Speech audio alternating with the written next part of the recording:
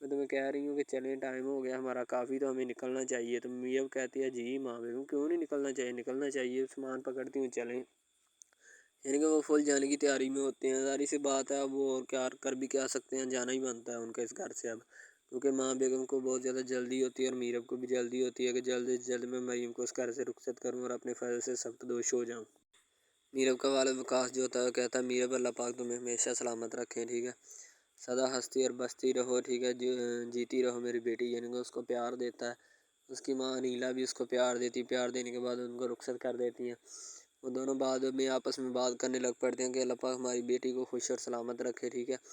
اس گھر میں ہنستی اور بستی رہے، ٹھیک ہے، اسی لیے میں چاہتی ہوں کہ اللہ پاک اسے سلامت رکھے۔ یعنی کہ دونوں ماں باپ جو ہوتے ہیں، یعنی کہ ان کے والدین میرب کے جو ہوتے ہیں اس کو دعا دیتے ہیں، دعاؤں کے ساتھ رخصت کرتے ہیں کہ ہماری بیٹی خوش رکھے، ٹھیک ہے، خوش رہے، اپنے گھر میں سکھی رہے، کوئی اس کو پریشانی اور مصیبت نہ آئے، جو کہ ہر ماں باپ کا مشن اور ایم ہوتا ہے، ٹھیک ہے، یعنی کہ مقصد ہوتا ہے۔ ماں بیگم کہتی ہے کہ بڑی پکی دوستی ہے مریم کے تمہارے ساتھ، مریم تو تمہارے بغیر رخصت ہونے کا نام ہی نہیں لے رہی تھی، کیا بات ہے، کیا کھلا دیا تم نے مریم کو جو مریم اتنی تمہارے بغیر رہ نہیں سکتی اور وہ اپنا تمہارا ہی نام لیے جا رہی ہے اور اس کو کوئی بات ہی نہیں آتی۔ تو آگے سے میرب کہتی میں نے اس کو کچھ نہیں کھلا رکھا، بس وہ میرے ساتھ پیار کرتی تھی، اسی وجہ سے میں نے اس کو کیا۔ انیلا چچی بھی ریڈی ہو کر آ جاتی ہیں، انیلا اور وقاص بھی آ جاتے ہیں، مرسم خان پیچھے کھڑا ہوتا ہے، انیلا ویسے ہی وہاں سے چپ کر کے آ جاتی ہے، مرسم خان کو نہیں ملتی، کیونکہ مرسم خان نے جو حرکتیں کی ہوتی ہیں شاید وہ اسی وجہ سے مرسم خان سے وقاص اور انیلا ناراض ہوتے ہیں، وہ اس سے نہیں ملتے، وہ سیدھے جو ہوتے ہیں آ جاتے ہیں، یعنی کہ کس کے پاس، ماں بیگم یعنی کہ اسٹیج کے پاس آ جاتے ہیں، وہ ان سے ملنا ہی نہیں چاہتے، ملاقات ہی نہیں کرنا چاہتے، ٹھیک ہے، مرسم خان سے، کیونکہ مرسم خان نے بہت گری ہوئی حرکت کی ہوتی ہے، شاید وہ اسی وجہ سے نہیں ملنا چاہتے اور وہ اپنے کام سے کام رکھتے ہیں اور مرسم خان کا منہ ہی نہیں لگاتے، وہ اپنا سیدھا جو ہے اسٹیج کی طرف بڑھ جاتے ہیں۔ مرسم خان دیکھتا رہ جاتا ہے، حیا جو ہوتی ہے پاس سے ایسے گزرتی ہے جیسے کوئی معشوق گزر رہی ہو، سامنے جب میرب کو دیکھتی ہے تو حیا کے رونگٹے کھڑے ہو جاتے ہیں، آنکھیں پھٹنے کو آتی ہیں، منہ کلیجے کو جاتا ہے، ٹھیک ہے، کہ اب یہ کیا ہو چکا ہے، میرب پھر اس گھر میں آ گئی، حیا کے جو ہے نا رات کو تارے نظر آ جاتے ہیں، پسینے چھوٹ جاتے ہیں حیا کے، ظاہر سی بات ہے اس کے علاوہ حیا کے پاس اب کوئی چارہ بھی نہیں ہوتا کہ یہ کیا ہو گیا۔ مرسم خان جو ہوتا ہے نا وہ اپنے ہی مشن میں ہوتا ہے کہ یار کسی نہ کسی طرح یہ مسئلہ حل ہو جائے، ٹھیک ہے، اس کے علاوہ میں اور کچھ نہیں چاہتا۔ ظاہر سی بات ہے مرسم خان کو اور چاہیے بھی کیا، کیونکہ مرسم خان جو ہوتا ہے وہ میرب کو چاہتا ہے اور میرب آ چکی ہوتی ہے، لیکن اس سے بڑا مسئلہ آگے پیدا ہونے والا ہوتا ہے جو کہ ابھی پیدا نہیں ہوا، اور ظاہر سی بات ہے ہوگا بھی، جب وہ مسئلہ پیدا ہوگا تو سب مسئلے کھڑے ہو جائیں گے، ٹھیک ہے، کیونکہ وہ مسئلہ زیادہ بڑا ہوتا ہے ان سب مسئلوں سے، شاید اسی لیے مرسم خان اس مسئلے کا انتظار نہیں کرنا چاہتا۔ میرب جب مرسم خان کے پاس سے گزرتی ہے مریم کو چھوڑ دیتی ہے، کہتی مریم تم چلو میں آتی ہوں، میں ذرا بات کر لوں، حیا بھی پاس کھڑی ہوتی ہے۔ حیا کے لیے تو وہ لمحہ موت سے زیادہ بدتر لمحہ ہوتا ہے کہ جب وہ یہ لمحہ دیکھ رہی ہوتی ہے کہ میرب جو ہوتی ہے دوبارہ اس گھر میں موجود ہوتی ہے اور مرسم خان کے پاس کھڑی ہوتی ہے۔ حیا کے لیے اس سے زیادہ عبرتناک لمحہ کیا ہو سکتا ہے، کیونکہ حیا جو ہے نا وہ یہی چاہتی ہے کہ بس یہ سارا کام ہو جائے۔ انیلا چچی جب آتی ہیں بڑی خوش اسلوبی کے ساتھ سب سے ملتی ہیں، ٹھیک ہے، سب کو گلے لگاتی ہیں، سب سے پیار سے ملتی ہیں، سارا کچھ کرتی ہیں، ٹھیک ہے، ماں بیگم سے بھی ملتی ہیں، مریم کو پیار دیتی ہیں اور کہتی ہیں کہ اللہ پاک تمہیں دعاؤں کے سائے میں رخصت کرے اور اپنے گھر میں خوش رہو، سدا ہستی بستی رہو، ٹھیک ہے، ظاہر سی بات ہے دعائیں دینی چاہیے، ہر بیٹی کو دعائیں عزیز ہوتی ہیں، اللہ پاک ان پہ کرم کرتا ہے جن پہ کرم کیا جانا چاہیے، کیونکہ جو لوگ خود لوگوں کے اوپر ظلم کرتے ہیں، لوگوں کے رشتے توڑتے ہیں، ان پہ کوئی کرم نہیں ہوتا، اللہ پاک خود ان سے ناراض ہو جاتے ہیں۔ مرسم خان اسٹیج کی طرف بڑھتے ہیں اور جو ہوتا ہے نا اس کا جوائی یعنی کہ ان کا بہنوئی جو ہوتا ہے مرسم خان کا وہ بھی بیٹھا ہوتا ہے، ظاہر سی بات ہے اس کی شادی ہوگی، اس کی انور خان بھی سائڈ پہ لگا ہوتا ہے جو میرب کا سگا والد ہوتا ہے، اور وہ بھی تھوڑی کنی کترا رہا ہوتا ہے ان سب باتوں سے، ٹھیک ہے، میرب جو ہوتی ہے ابھی فی الحال اسٹیج پہ نہیں ہوتی، وہ پیچھے کھڑی ہوتی ہے کیونکہ اس کو ابھی جانا بھی نہیں اسٹیج کی طرف، اس سے اور بہت سارے کام ہیں، وہ تو بس مریم کو لینے گئی تھی، مریم کو پاس بٹھانا چاہتی ہے، سارا کچھ کام اسی نے دیکھنے ہوتے ہیں، باقی ابھی تو فی الحال کچھ بھی نہیں ہے اس کے پاس، ٹھیک ہے، مریم جو ہوتی ہے وہ انتظار کر رہی ہوتی ہے فی الحال میرب کا کہ میرب ابھی تک کیوں نہیں آئی، پتہ نہیں وہ کہاں رہ گئی ہے اور کیا اس کو ایشو بن گیا ہے، ٹھیک ہے، اسے ابھی تک تو آ جانا چاہیے لیکن ابھی تک کیوں نہیں آئی، اسے کیا مسئلہ ہے۔ مریم جو ہوتی ہے بار بار فون کر رہی ہوتی ہے لیکن میرب اٹینڈ نہیں کرتی، میرب اسے سرپرائز دینا چاہتی ہے کہ میں آ گئی ہوں، ٹھیک ہے، حیا لینے آتی ہے تو مریم واپس بھیج دیتی کہ میں نہیں جاؤں گی، ٹھیک ہے، جب تک مریم نہ آئی، تو مریم کو فون کیا جاتا ہے، ماں بیگم جو ہوتی ہے مریم آ رہی ہوتی ہے ماں بیگم کے ساتھ، لیکن ابھی فی الحال یہاں پہ ہال میں نہیں پہنچی ہوتی، شاید اسی وجہ سے میرب جو ہے وہ مریم جو ہے وہ شور کر رہی ہوتی ہے کہ میرب ابھی تک کیوں نہیں آئی، میں جب وہ آئے گی میں تب بھی رخصت ہو جاؤں گی ورنہ نہیں جاؤں گی۔ حیا جو ہوتی ہے وہ اس کو لیکچر دینا چاہتی ہے کہ سمجھ جاؤ کوئی بات نہیں، مریم آ جائے گی، تم میرب آ جائے گی، تم چلو نا، تم تو رخصتی کے لیے ریڈی ہو جاؤ، میرب بھی آ جائے گی۔ میرب کون سا کہیں گئی ہے، یعنی کہ وہ اس کو سمجھانے کی کوشش کرتی ہے لیکن وہ تو سمجھنا ہی نہیں چاہتی، وہ کہتی ہے کہ نہیں میں کسی بات پہ عمل نہیں کروں گی، ٹھیک ہے۔ حیا کی کسی بھی بات کا مریم پہ کوئی اثر نہیں ہوتا۔ دوسری طرف جو بندہ ہوتا ہے نا مرسم خان کا، وہ روہیل کے گھر پہنچ جاتا ہے، روہیل کو سرپرائز دینا چاہتا ہے کیونکہ مرسم خان نے اسے بھیجا ہوتا ہے۔ روہیل جو ہوتا ہے میرب کی جان نہیں چھوڑ رہا ہوتا ہے، اسی وجہ سے اب روہیل کو وہاں پہ مرسم خان نے اپنا بندہ جو ہوتا ہے اس کو بھیجا ہوتا ہے اس کے پاس کہ جاؤ اور اس کو سرپرائز دے کے آؤ، یعنی کہ اس کی دلائی کر کے آؤ تاکہ اسے بھی عقل آئے کہ کس طرح سے اس طرح کام کیے جاتے ہیں، ٹھیک ہے، کیسے اس طرح کے کام کیے جاتے ہیں، لوگوں کو گمراہ کیا جاتا ہے، ٹھیک ہے۔ میرب جو ہوتی ہے مرسم خان کے پاس جاتی ہے اور جا کر اس کو ہاتھ سے ہلاتی ہے اور اسے کہتی ہے ہوش کرو تھوڑی، کیا بات ہے، کیا مسئلہ ہے تمہیں۔ میرب جب یا مرسم خان جب میرب کی طرف دیکھتا ہے تو ایک دم سے رہ جاتا ہے، آنکھیں پھٹی کی پھٹی رہ جاتی ہیں کہ تم یہاں پہ کیسے، ٹھیک ہے۔ تو اسے یہ بتایا جاتا ہے کہ مریم اس کے بغیر رخصتی نہیں کر رہی تھی، تو مرسم خان شوق ہوتا ہے، کہتا ہے کہ ملا ہی روہیل سے، روہیل کو بھی ساتھ لے آنا تھا، وہ کدھر ہے، اس کو کیوں نہیں لے کے آئی۔ دوسری طرح حیا جو ہوتی ہے تھوڑا خوشامد کر رہی ہوتی ہے مریم کو، تاکہ ظاہر سی بات ہے خوشامد کرے گی تبھی مریم رخصتی دے گی ورنہ وہ رخصتی نہیں دے گی، ٹھیک ہے۔ وہ تو اکڑی بیٹھی ہے کہ میرب آئے گی میں پھر ہی جاؤں گی ورنہ ادروائز میں تو نہیں جاؤں گی، ٹھیک ہے۔ ظاہر سی بات ہے اب یہ بھی بڑا مسئلہ کھڑا ہو جاتا ہے کہ دلہا تیار بیٹھا ہو، سارے لوگ انتظار کر رہے ہوں دلہن کا، اور دلہن آگے سے کہے کہ میں نہیں جاؤں گی، ٹھیک ہے، میں جب تک کوئی میرا بندہ نہ آئے گا، یہ یعنی کہ میرا کوئی جس کو وہ چاہتی ہے وہ نہ آئے، تو پھر بڑا مسئلہ کھڑا ہو جاتا ہے۔ حیا آ کر باہر بتاتی ہے کہ میں مریم آنا نہیں چاہتی، وہ تو بس ابھی تک اس کا نام لیے جا رہی ہے میرب کا، اس نے اس گھر کی عزت کو نیلام کر دیا، سارا کچھ کر دیا لیکن ابھی تک اسی کا نام رٹے جا رہی ہے۔ مجھے تو سمجھ نہیں آتی اس لڑکی کی کرنا کیا چاہتی ہے، یہ اسے خود سوچنا چاہیے، یہ اوپر سے پھر اس کا نام لیتی ہے جسے سب لوگ گوارا نہیں کرتے۔ مرسم خان کا بندہ جا کر روہیل سے ملتا ہے، اسے سلام لیتا ہے اور اس کو کہتا ہے کیا بھائی مرسم خان نے سلام بھیجا ہے تمہارے لیے۔ جیسے وہ یہ سلام قبول کرتا ہے تو اس کا بندہ مرسم خان کا بندہ اس کے اوپر ٹوٹ پڑتا ہے، اس کو پکڑ لیتے ہیں اور اس کی خوب دلائی کرتے ہیں، ایسے اس کی دلائی کرتے ہیں جیسے ہونی چاہیے، روہیل کی عقل ٹھکانے لگا دیتے ہیں اور کہتے ہیں کہ اگر دوبارہ تو نے اس کی طرف بڑھنے کی کوشش کی تو تمہاری زندہ لاش اسی گھر میں تمہیں مل جائے گی اور وہ کسی کو بھی ایکسیپٹ نہیں ہوگی، صرف تمہیں قابل قبول ہوگی، ٹھیک ہے۔ مرسم خان جو ہوتا ہے میرب کو کہتا ہے کہ میرب کیسی ہو، مجھے پتا تھا کہ تم ایک دن ضرور آؤ گی لیکن وقت کا کھیل دیکھو کہ تم آ ہی گئی آخر کار، چاہے جتنی دیر بعد مرضی آؤ، پھر بھی چلو کوئی بات نہیں، انشاءاللہ جلد تم نا پھر میرے پاس آنے والی ہو، ٹھیک ہے۔ مرسم خان جو ہوتا ہے وہ خوش فہمی میں ہوتا ہے لیکن اس کو کیا پتا کہ حالات اس کو کیسا بنا دیں گے، یعنی کہ کیا بنا دیں گے۔ دوسری طرف میرب جو ہوتی ہے وہ بھی کہتی ہے کہ تم مجھے میرے اوپر اعتبار نہیں کر سکتے تو تم کیا مجھے اپنے پاس رکھو گے، تمہیں شرم آنی چاہیے کیونکہ تمہیں تو مجھ پہ یقین ہی نہیں ہے، پھر تم کس اعتبار سے کس منہ سے کہتے ہو کہ تم میرے پاس رہو گی اور تم میری ہونے والی ہو، ٹھیک ہے۔ جب تمہیں مجھ پہ یقین ہی نہیں ہے تو پھر تم مجھے کیسے کہہ سکتے ہو، اسی لیے اپنے الفاظ واپس لو اور اپنے پاس رکھو۔ میں ان سب باتوں کو نہیں مانتی اور نہ ہی میرے پاس کوئی الفاظ ہے تمہیں بتانے کے لیے، تم جہاں بھی ہو اپنے پاس ہی رہو، ٹھیک ہے۔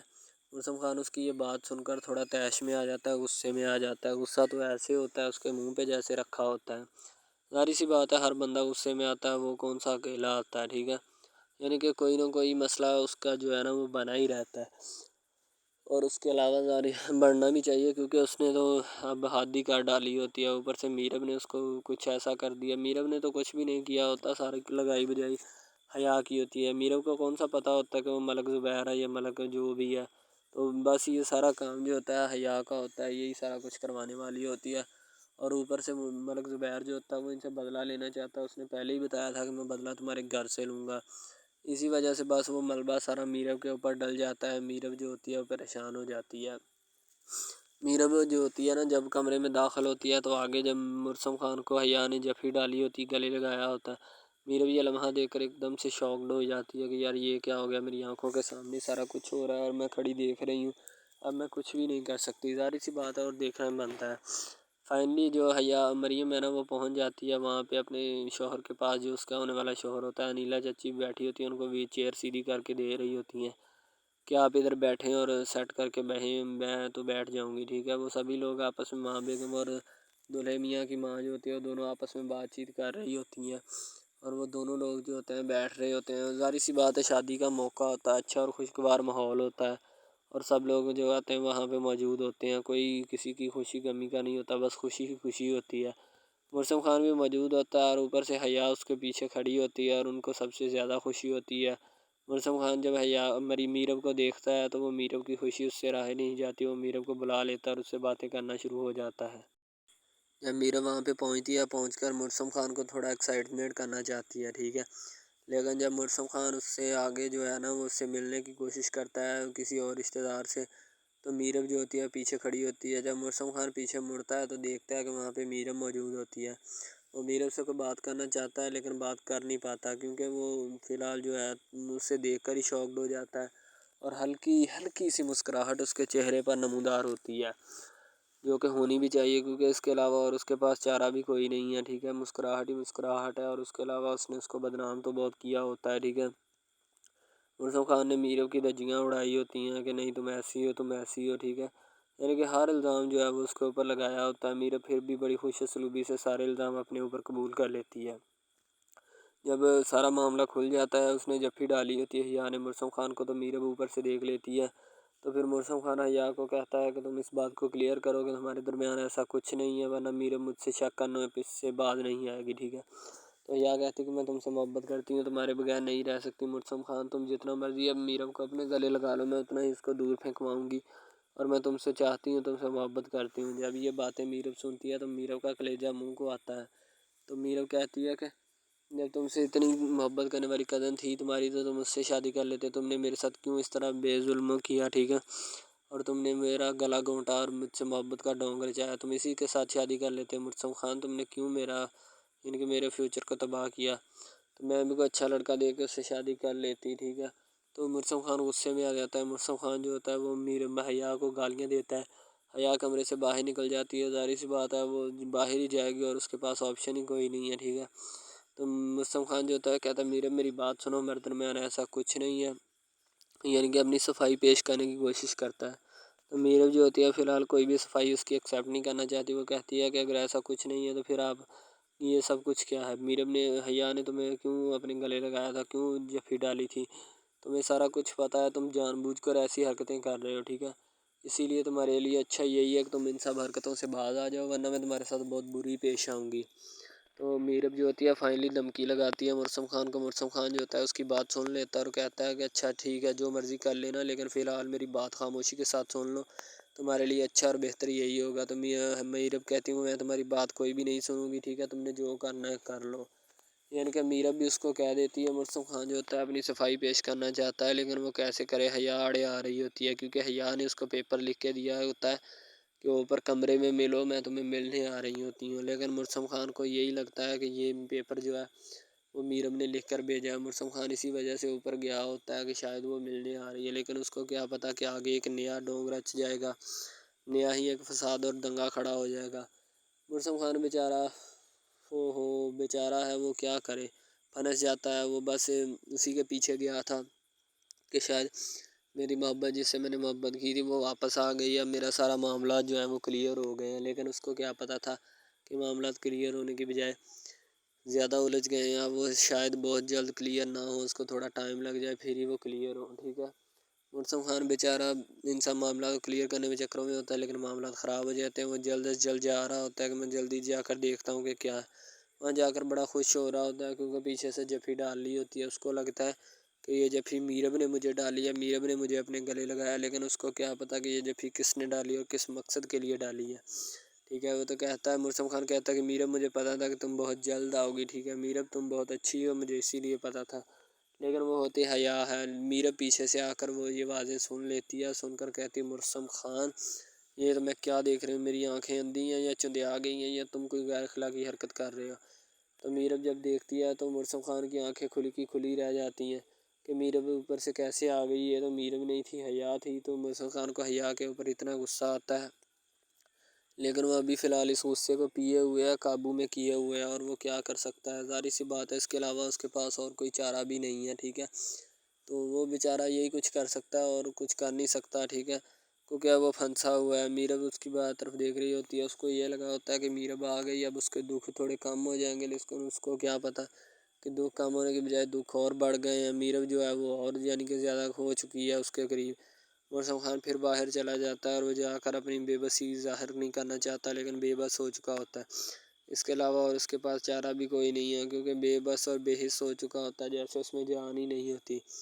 مرسم خان بیچارہ اپنی زندگی سے ہار چکا ہوتا ہے، میرب کے سامنے نہیں ملا رہا ہوتا، ٹھیک ہے۔ دوسری طرف یہ جوڑی بھی تیار بیٹھی ہوتی ہے۔ جب میرب مرسم خان کے منہ پہ تھپڑ مارتی ہے تو مرسم خان کو غصہ آ جاتا ہے۔ مرسم خان کو جب غصہ آتا ہے تو پھر وہ دروازے کو لاک کر لیتا ہے اندر سے، اور میرب کے اوپر تشدد کرنا شروع کر دیتا ہے۔ وہ بہت زیادہ تشدد کرتا ہے میرب کے اوپر، جس وجہ سے میرب کے منہ کا رنگ بگڑ جاتا ہے، اس کی حالت بگڑ جاتی ہے۔ میرب پہلے تو بڑی تیار ہوتی ہے، پھر خوب اس کی بے عزتی کرتی ہے مرسم خان کی، اور اس کے منہ پہ تھپڑ دے مارتی ہے۔ اتنی بے عزتی کرتی ہے کہ مرسم خان کھڑا دیکھتا رہتا ہے، اور اس کے کیونکہ ظاہر سی بات ہے اب وہ اور کر بھی کیا سکتا ہے، کیونکہ قصور اس کا ہوتا ہے۔ اس کو میرب نے اوپر سے دیکھ لیا ہوتا ہے، شاید وہ اسی وجہ سے چپ کھڑا ہوتا ہے، ظاہر سی بات چپ ہی ہوتا ہے۔ میرب اوپر سے اس کی اتنی زور سے اس کے منہ پہ تھپڑ مار دی ہے کہ اس کی کانوں کے پردے پھٹ جاتے ہیں۔ مرسم خان کے اس کو عقل آ جاتی ہے کہ دوبارہ اس طرح سے میں نے غیر اخلاقی حرکت نہیں کرنی کسی کے سامنے۔ قصور اس کا بھی نہیں ہوتا، کاغذ تو بھیجا ہوتا ہے مریم حیا نے، تو وہ سمجھ بیٹھتا ہے میرب نے بھیجا ہے، شاید اسی وجہ سے وہ میرب کہتی ہے کہ مرسم خان تم یہی ڈیزرو کرتے ہو،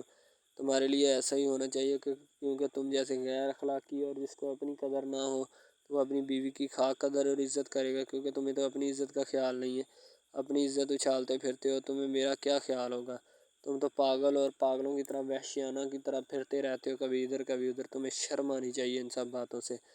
تو مرسم خان اس کی باتیں سن لیتا ہے، پھر اس کے اوپر دروازہ لگا کر وہ تشدد کرنا ہے جو کہ کہنے کی